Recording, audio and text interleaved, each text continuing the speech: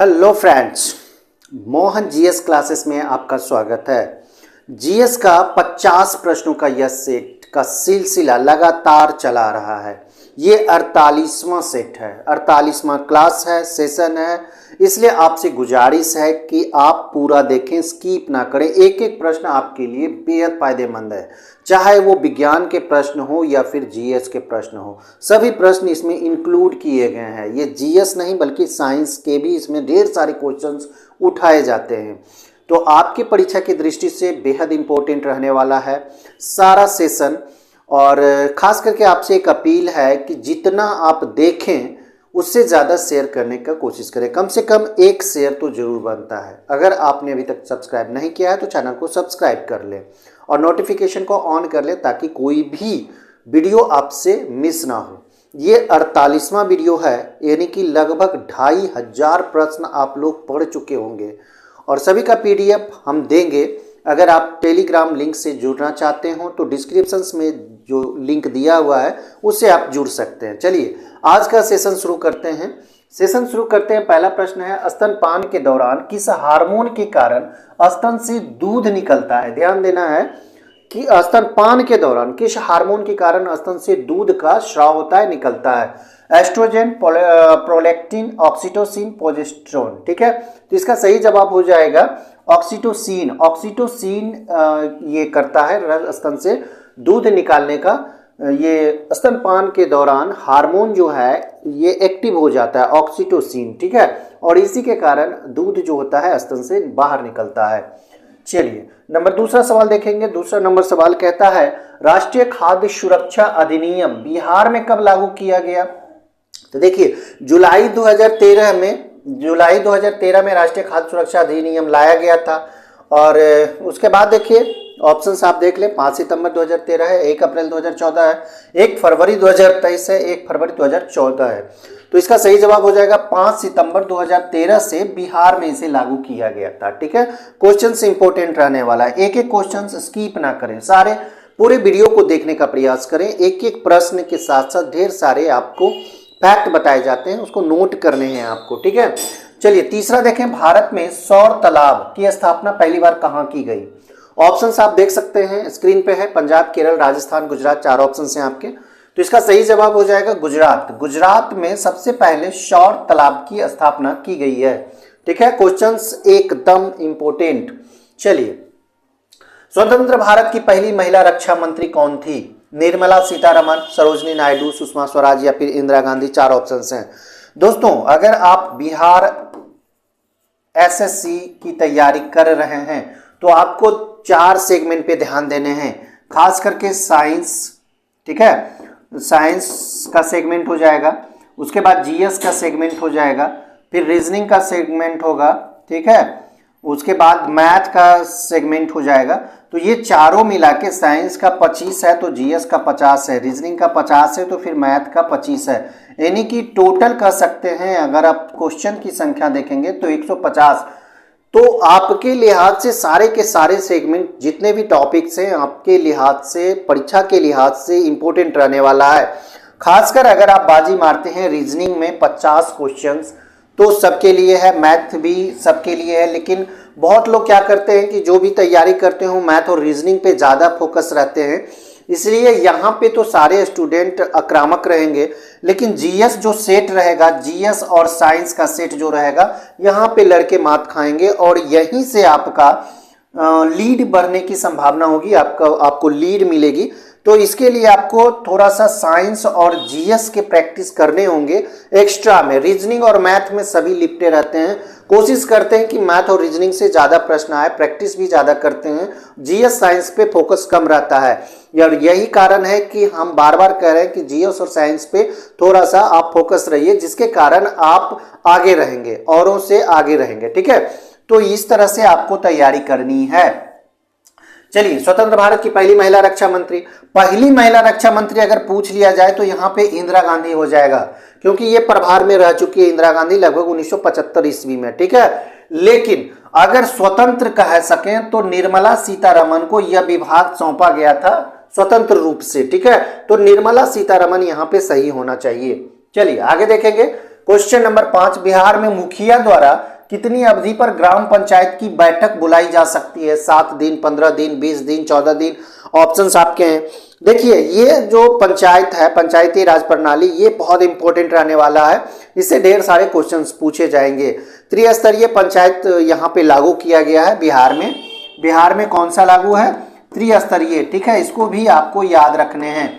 त्रिस्तरीय कहने का मतलब है ग्राम पंचायत, उसके बाद प्रखंड स्तर पे पंचायत समिति कह सकते हैं, जिला परिषद कह सकते हैं। 3 चीजें यहाँ पे। तो यहाँ पे जो बोला जाता है कितनी अवधि पर ग्राम पंचायत की बैठक, ग्राम पंचायत की जो बैठक होती है साल में कम से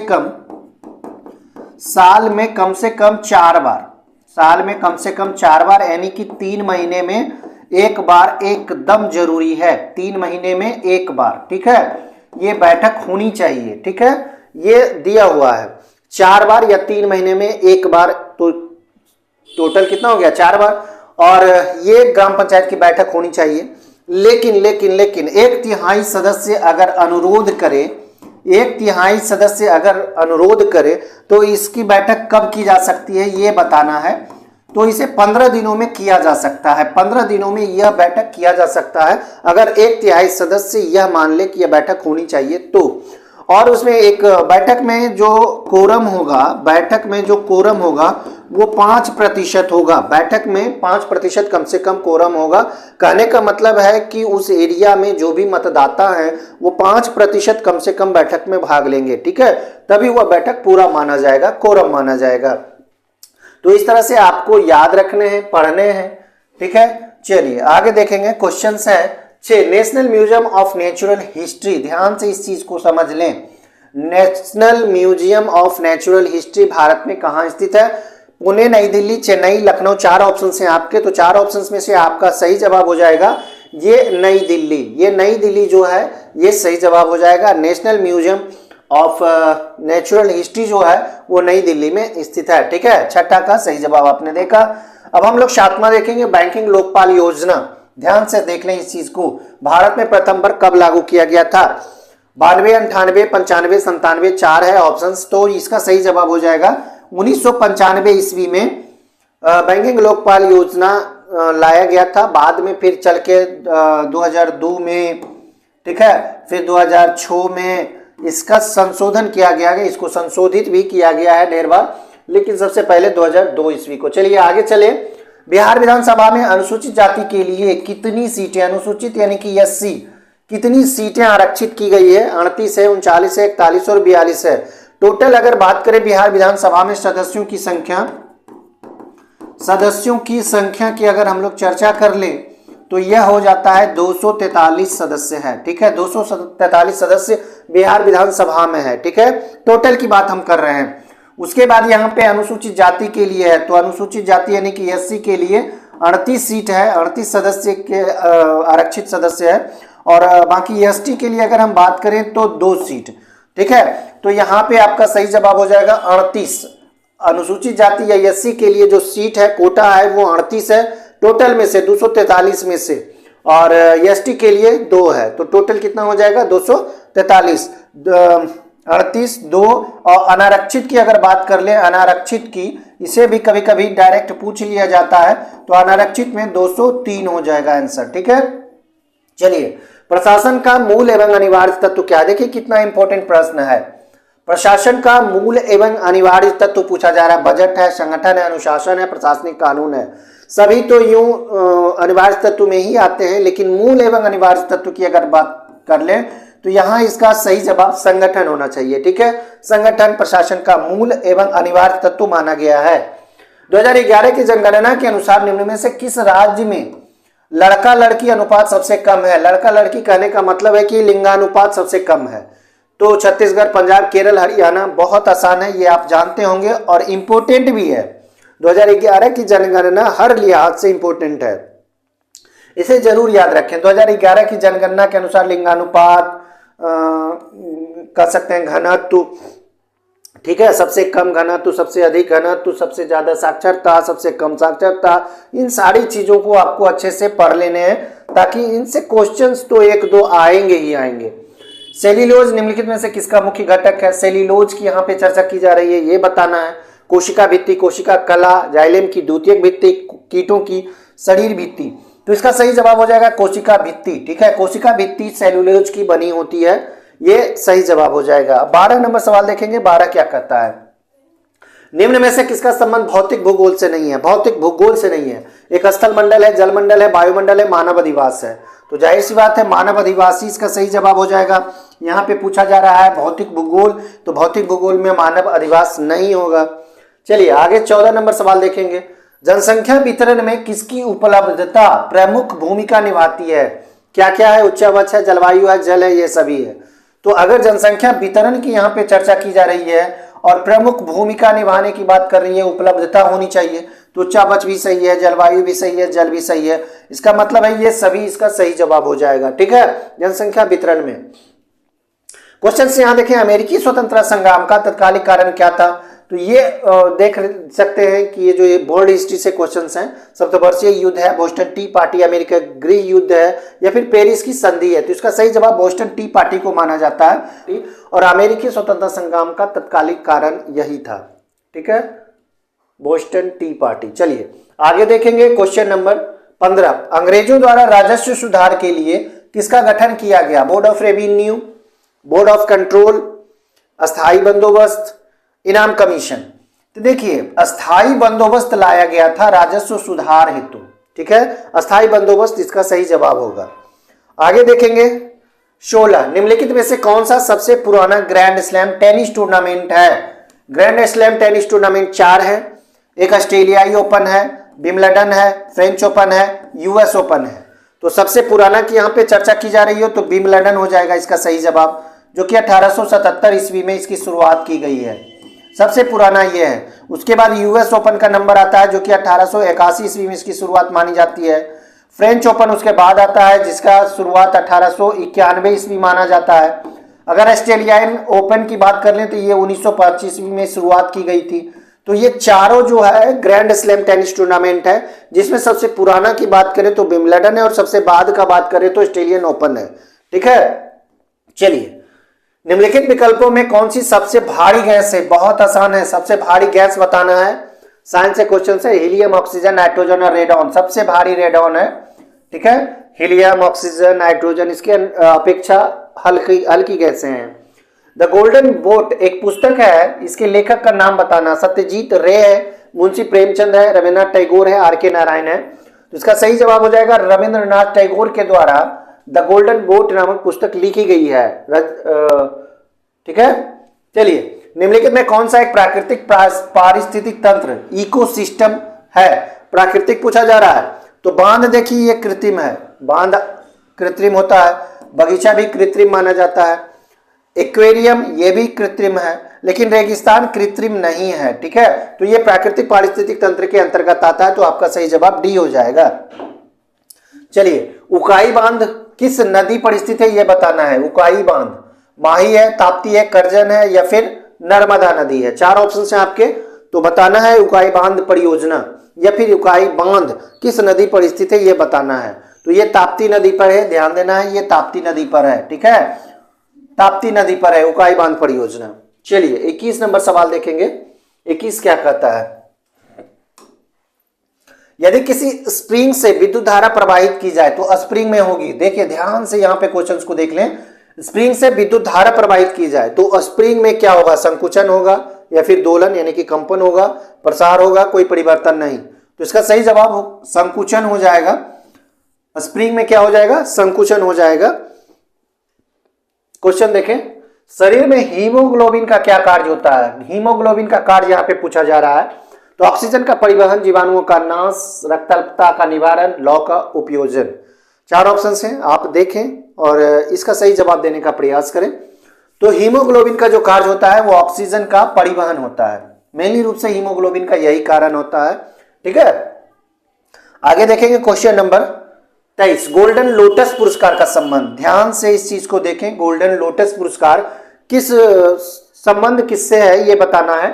साहित्य से, फिल्म से, पराक्रम से, खेल कूद से। 4 ऑप्शन हैं आपके, तो 4 ऑप्शंस में से आपका जो सही जवाब होगा फिल्म से। गोल्डन लोटस जो होता है ये फिल्म से संबंधित पुरस्कार है। आगे देखेंगे क्वेश्चंस है, निम्नलिखित में से कौन जैन धर्म का महत्वपूर्ण सिद्धांत है? अहिंसा को माना जाता है। पुनर्जन्मवाद, स्यादवाद, व्यक्तिगत आत्मवाद, कर्मवाद। तो यहां पे 4 ऑप्शंस में से आपका सही जवाब स्यादवाद हो जाएगा। ठीक है, जैन धर्म का महत्वपूर्ण सिद्धांतों में से एक है स्यादवाद। चलिए, कितने राजवंशों ने दिल्ली सल्तनत पर शासन किया ये बताना है। तो दिल्ली सल्तनत पर जो शासन किया है 5, 6, 7, 8, तो 5 इसका सही जवाब हो जाएगा। 5 राजवंशों ने शासन किया है।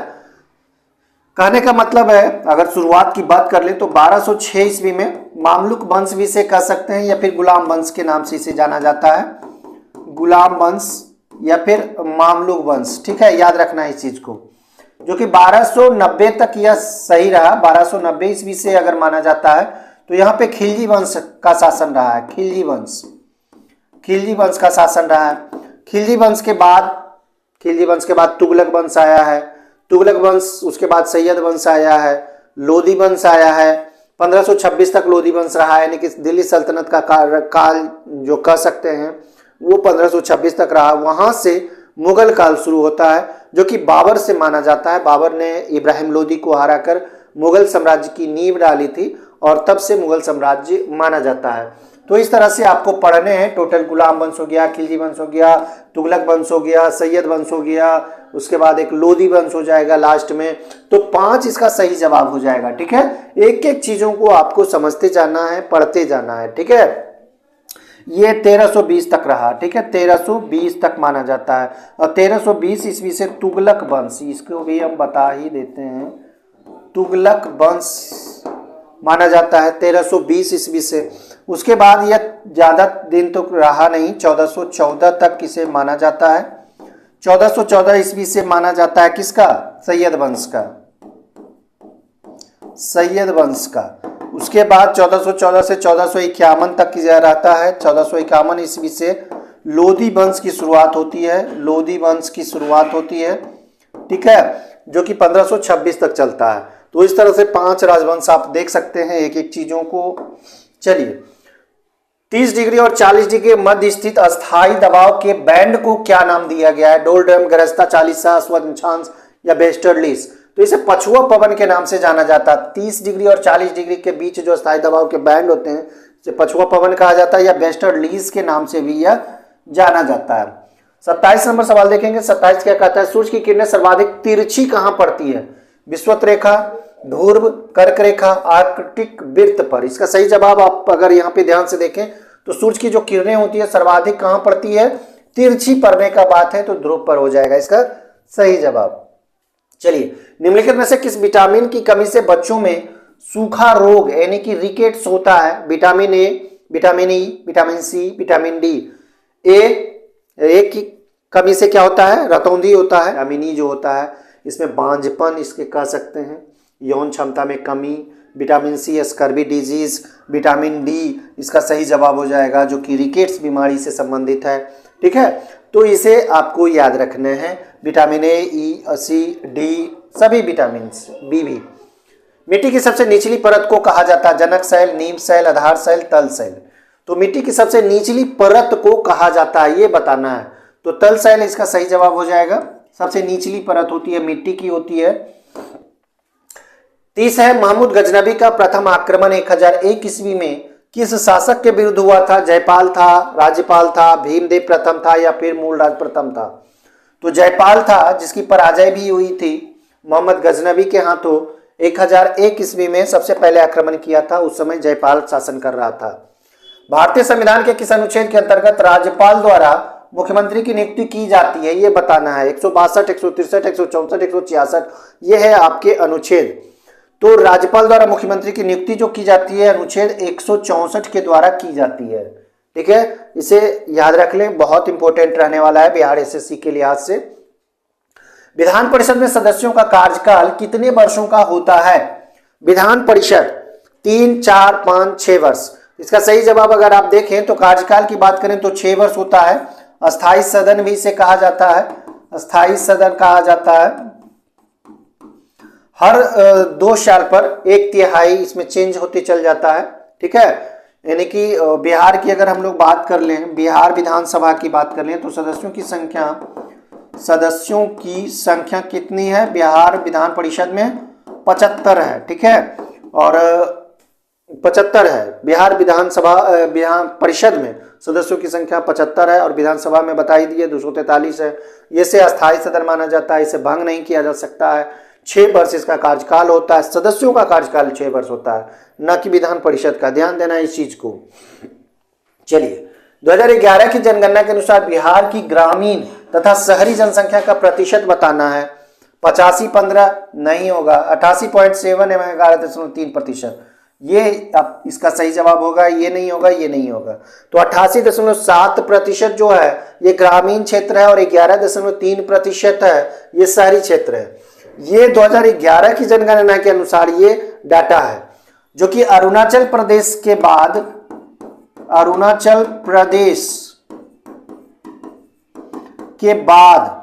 ठीक है बिहार का नंबर आता है। किस चीज में? तो ग्रामीण क्षेत्र में सबसे ज्यादा कहां है? अरुणाचल प्रदेश में। दूसरे नंबर पर कौन है? तो बिहार है। चलिए, गंगा के मैदानी क्षेत्रों की पुरानी कछाड़ी मिट्टी निम्न में से किस नाम से जाना जाता है? बांगर है, खादर है, भावर है, जलोढ़ है। तो जलोढ़ मिट्टी होती है। जलोढ़ मिट्टी 2 तरह की होती है, एक बांगर होता है, एक खादर होता है। तो पुरानी मिट्टी जो होती है वो बांगर के नाम से जानी जाती है, जबकि नई मिट्टी जो होती है कछाड़ी मिट्टी वो कहलाती है खादर। और कछाड़ी मिट्टी को ही क्या कहा जाता है? जलोढ़ मिट्टी कहा जाता है। बिहार का अधिकांश भाग निम्न में से किस प्रकार की मिट्टी से आच्छादित है? कछाड़ी, काली, लैटेराइट, पर्वतीय। तो अभी तुरंत इसकी चर्चा हुई है, कछाड़ी मिट्टी सर्वाधिक मात्रा में बिहार में है। उसके बाद आगे देखेंगे, गठिया एक बीमारी है जो प्रभावित करती है। गठिया जोड़, गुर्दे, मस्तिष्क या फिर फेफड़े, 4 ऑप्शन हैं आपके। तो गठिया बीमारी जो होता है ये जोड़ कहने का मतलब है 2 अस्थियों के मध्य का जो जोड़ उसको बोला जाता है। इसे वो गठिया बीमारी प्रभावित करती है इस चीज को, जोड़ को, ठीक है, सबसे ज्यादा। 37 नंबर सवाल देखेंगे। 37 क्या कहता है? तरंग है, चाल है, आयाम है, तरंग दैर्ध्य है और आवृत्ति है। सभी को क्या कहा जाता है? एक चीजें अगर आपको बताना हो तो क्या कहेंगे? तरंग के रासायनिक गुण, विशेषता, घटक, कार्य। तो ये विशेषता की श्रेणी में रखा जा सकता है। तरंग, चाल, आयाम, तरंग दैर्ध्य, आवृत्ति, ये सारी तरंग की विशेषताएं होती है। चलिए, 38 है कार्बन तिथि निर्धारण, डेटिंग निर्धारण भी कहता है इसको। कार्बन का कौन सा समस्थानिक प्रयुक्त होता है? C14, C13, C12 या फिर दोनों? तो इसका सही जवाब हो जाएगा C14, ठीक है, C14 हो जाएगा। ये कार्बन डेटिंग निर्धारण में प्रयुक्त होता है, ये समस्थानिक है कार्बन का। पौधों में पानी का अवशोषण मूल रोम द्वारा, ध्यान से देखें, एक प्रक्रिया से होता है, वह क्या कहलाती है? श्वसन, बाष्पोत्सर्जन, प्रसरण या फिर स्वेदन। तो खनिज लवण या फिर पानी जो होता है वो परासरण के द्वारा अवशोषण किया जाता है। परासरण, ऑस्मोसिस इसको बोला जाता है। पार्सेक इकाई है दूरी की, चंद्रमा की, प्रकाश की, चमक की, इनमें से कोई नहीं। तो पार्सेक जो होता है वो दूरी की इकाई होती है। पार्सेक जो होता है ये दूरी की इकाई होती है। 41 नंबर सवाल देखें। 2 सदिशों के गुणनफल से प्राप्त राशि होता है। सदिश, अदिश, ए बी, इनमें से कोई नहीं। जब 2 सदिशों के गुणनफल से प्राप्त राशि हो तो ये ए बी दोनों हो जाएगा इसका सही जवाब। दोस्तों, वीडियो को स्किप करके ना देखें, एक एक प्रश्न आपके लिए बहुत फायदेमंद है। शेयर जरूर करें, क्लास को शेयर करें, सेशन को शेयर करें और जितना हो सके शेयर करें, ठीक है। चलिए अगला क्वेश्चन देखेंगे। 42 नंबर। 42 का निम्न में किस सिद्धांत के अनुसार कोई रॉकेट अंतरिक्ष में कार्य करता है? रॉकेट, संवेग संरक्षण का सिद्धांत, द्रव्यमान संरक्षण, ऊर्जा संरक्षण, गति संरक्षण। बहुत आसान है, संवेग संरक्षण के सिद्धांत पर रॉकेट काम करता है। संवेग संरक्षण का सिद्धांत। किसका उपयोग मोटर वाहनों में ईंधन के रूप में बढ़ रहा है? कॉम्प्लेक्स नेचुरल गैस जिसको सीएनजी कहते हैं, carbon natural gas CNG, central natural gas CNG, common natural gas CNG. तो ये हो जाएगा कॉम्प्लेक्स नेचुरल गैस सीएनजी, ठीक है, इसका सही जवाब हो जाएगा सीएनजी, कॉम्प्रेस्ड नेचुरल गैस। कोशिका का रसोई घर किसे कहा जाता है? ल्यूकोप्लास्ट, क्रोमोप्लास्ट, रिक्तिका या फिर क्लोरोप्लास्ट। तो इसे कोशिका का रसोई घर हरित लवक या फिर क्लोरोप्लास्ट के नाम से जाना जाता है। हरित लवक हिंदी में। दक्षिण अफ्रीका से भारत लौटने पर गांधी जी किसके शिष्य और राजनीतिक उत्तराधिकारी बने? गोपाल कृष्ण गोखले, बाल गंगाधर तिलक या फिर फिरोज शाह मेहता या सुरेंद्रनाथ बनर्जी। तो आपको बताना है यहाँ पे भारत लौटने पर गांधी जी किसके शिष्य बने थे? ये गोपाल कृष्ण गोखले के शिष्य और उत्तराधिकारी भी बने थे, राजनीतिक उत्तराधिकारी। तो इसको आपको नोट करने हैं। कौन सही सुमेलित नहीं है? गढ़वाल कन्नौज ये तो सही है, परमार मालवा ये भी सही है, तोमर दिल्ली ये भी सही है, चालुक्य कहाँ शासन करते थे? ये बुंदेलखंड, ये गलत है। आपका सही जवाब डी होगा, ये सुमेलित नहीं है। बाकी गढ़वाल कन्नौज ये सारी चीजें ठीक है। गुट निरपेक्ष आंदोलन की स्थापना कब हुई थी? 64, 66, 61 या 1969? तो गुट निरपेक्ष आंदोलन की शुरुआत मानी जाती है 1961 ईस्वी में। इसका जो पहला सम्मेलन किया गया था ये बेलग्रेड में किया गया था, इसे भी आपको याद रखने 1961 ईस्वी। और भारत के कौन से नेता इनसे जुड़े हुए हैं? महत्वपूर्ण भूमिका इसमें निभाए थे जवाहरलाल नेहरू, जवाहरलाल नेहरू। चलिए क्वेश्चन आप यहां देखें, 48 निम्न में कौन सा तट पश्चिमी तट का भाग नहीं है? पश्चिमी तट का भाग नहीं है ये बताना है। तो काठियावाड़ तट ये तो पश्चिमी तट में है क्योंकि ये गुजरात का कुछ क्षेत्र आता है इसमें। कोंकण तट ये महाराष्ट्र और गोवा के बीच का तट है। मालाबार तट भी ये केरला कर्नाटका के बीच का तट माना जाता है, किनारे का तट। तो ये पश्चिमी हिस्सा ही कहलाएगा, पश्चिमी पश्चिमी पश्चिमी। तो कोरोमंडल तट इसका सही जवाब हो जाएगा, जो कि उड़ीसा तक के ये फैला हुआ है। तो कोरोमंडल तट इसका सही जवाब होगा। 49 देखेंगे, निम्नलिखित में किस राज्य में पश्चिमी विक्षोभ के कारण वर्षा होती है? पश्चिमी विक्षोभ के कारण वर्षा होती है पंजाब है, पश्चिम बंगाल, केरल, गुजरात। तो यह इसका सही जवाब पंजाब हो जाएगा। पश्चिमी विक्षोभ के कारण वर्षा पंजाब में। आज का अंतिम सवाल देखेंगे, 50वां नंबर सवाल। 50वां नंबर सवाल, सर्वोच्च न्यायालय में कुल कितने न्यायाधीश होता है? तो सबसे पहले इसका सही जवाब देखें, 32, 34, 36, 40। इसका सही जवाब बताने का प्रयास करें। सर्वोच्च न्यायालय, ये क्वेश्चन रिपीट हो चुके हैं बहुतों बार, ठीक है। तो सर्वोच्च न्यायालय में न्यायाधीशों की संख्या की अगर बात करें तो 34 है अभी फिलहाल, 34, 33 न्यायाधीश है और एक कह सकते हैं मुख्य न्यायाधीश है। तो 34 टोटल है। दोस्तों क्लास कैसा लगा, सेशन कैसा लगा, लाइक और कमेंट करके हमें जरूर बताएं। कोई प्रॉब्लम्स हो तो भी कमेंट करें और दोस्तों को शेयर करना ना भूलें। अभी तक आपने सब्सक्राइब नहीं किया तो चैनल को सब्सक्राइब कर लें।